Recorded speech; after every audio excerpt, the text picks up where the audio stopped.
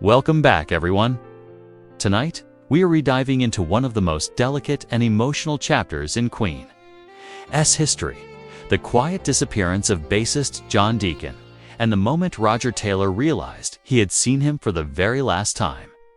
This isn't a dramatic tale filled with twists and turns. It's a story of loss, privacy, and the different ways people handle grief. So settle in.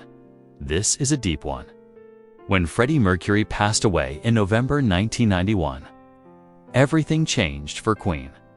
The remaining members were left adrift, each navigating the enormous void left by their charismatic frontman. Brian May, the brilliant guitarist, channeled his energy into creating more music, keeping the flame alive through his art.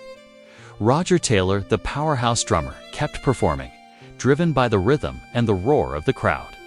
But John Deacon, the quiet, steady anchor of the band, he slowly slipped out of the spotlight. He wasn't angry, he wasn't bitter. For John, Queen wasn't just a band. It was a four-part harmony, and Freddie was its most essential voice. The soul, the spark, the magic.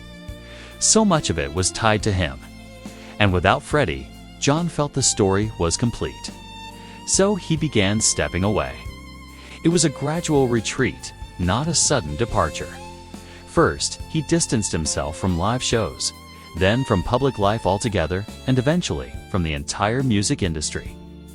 In a candid interview with Express UK, Roger Taylor opened up in a rare moment of honesty. When asked if he and Brian still talked to John, Roger's answer was soft and direct. No, we don't actually. Then he said something that caught many fans by surprise. Something that painted a picture of a man still deeply wounded. He said, "John has consciously excluded himself from the world. He doesn't like engaging in contact with anybody. I think he's very fragile, and we respect that." Fragile. It's a powerful word. It tells you everything you need to know about how deeply John was affected by Freddie's passing. The immense pressure of fame and the constant glare of the public eye. Roger added that John is still their business partner. Silent one, but wants nothing to do with the spotlight. No tours, no interviews, no movie premieres. None of it. Then came the most emotional part of the conversation. Roger revealed the last time he laid eyes on John Deacon. It was around 2004, months after the hit musical We Will Rock You had opened. The show had become a vibrant celebration of Queen's legacy. A place where the music continued to live on night after night. Roger recalled, "I last saw John. We Will Rock You had opened 6 months before. I saw him there one night in the bar, he strolled in, and that's the last time I saw him." Probably 2004. Just try to picture that moment. The band that once dominated the world, a band that played 2 stadiums of hundreds of thousands, was now reduced to 2 members sharing a quiet space. And one of them walks in unexpectedly, not to perform, not to discuss business, just to show up quietly, perhaps to see what had become of their shared legacy. Nobody knew it would be the last time. It was just a fleeting, ordinary moment that, in hindsight, became incredibly significant. Since Freddie's death, John Deacon appeared on stage only 3 times during the entire 1990s. He played at the monumental Freddie Mercury tribute concert. He joined the band for a charity show. And he recorded the poignant track, No One But You, Only the Good Die Young, Queen's final song with him. And then, the door gently closed. While Brian and Roger eventually went back on the road, first with the legendary Paul Rodgers, and later with the incredible Adam Lambert, John chose not to join. No tours, no reunions. No cameos. Roger explained it simply. He doesn't want anything to do with the music industry anymore. He doesn't want to handle what comes with it, and you can't help but respect that.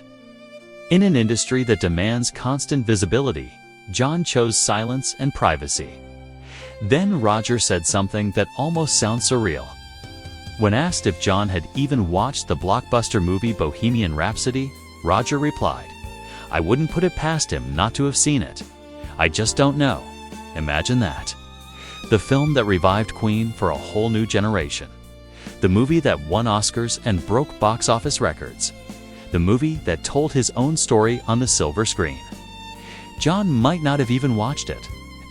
He has simply chosen peace, a quiet life, where the noise of the world cannot reach him. Today, John Deacon lives privately in the UK. No interviews, no public appearances, no official statements.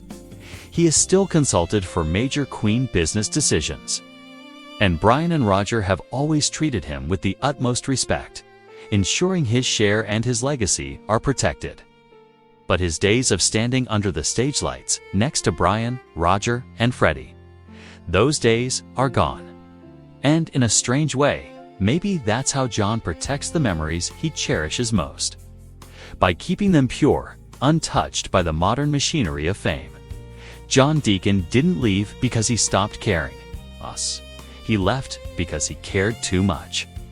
Every iconic bass line he ever played, from Another One Bites the Dust to Under Pressure. Every quiet smile he gave on stage. Every moment of camaraderie was tied to Freddie. And when Freddie was gone, something inside John quietly and irrevocably closed. Some fans call his story sad, others call it mysterious, but maybe simply human. It's a testament to a deep friendship and the profound impact that loss can have on a person. Thank you for staying with me all the way to the end. Stories like this remind us that behind the epic music, behind the millions of fans, and behind the worldwide fame, there are real people carrying real, complex emotions. If you enjoyed this story, please like, comment, and subscribe. And tell me in the comments, what do you think about John Deacon's quiet life today? Do you respect his decision? Thank you for listening. See you in the next video.